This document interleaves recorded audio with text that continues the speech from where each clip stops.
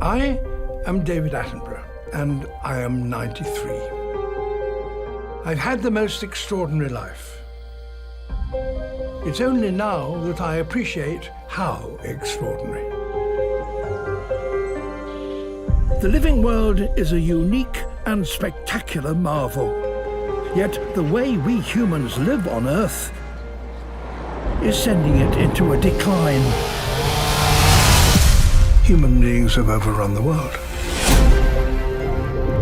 We're replacing the wild with the tame.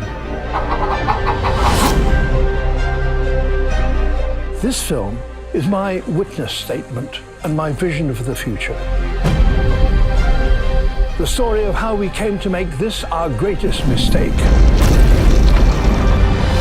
And how, if we act now, we can yet put it right.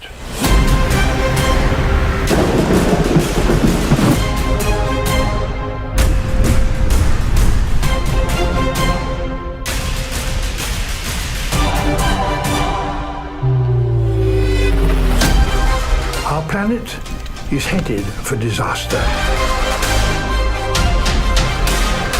We need to learn how to work with nature rather than against it.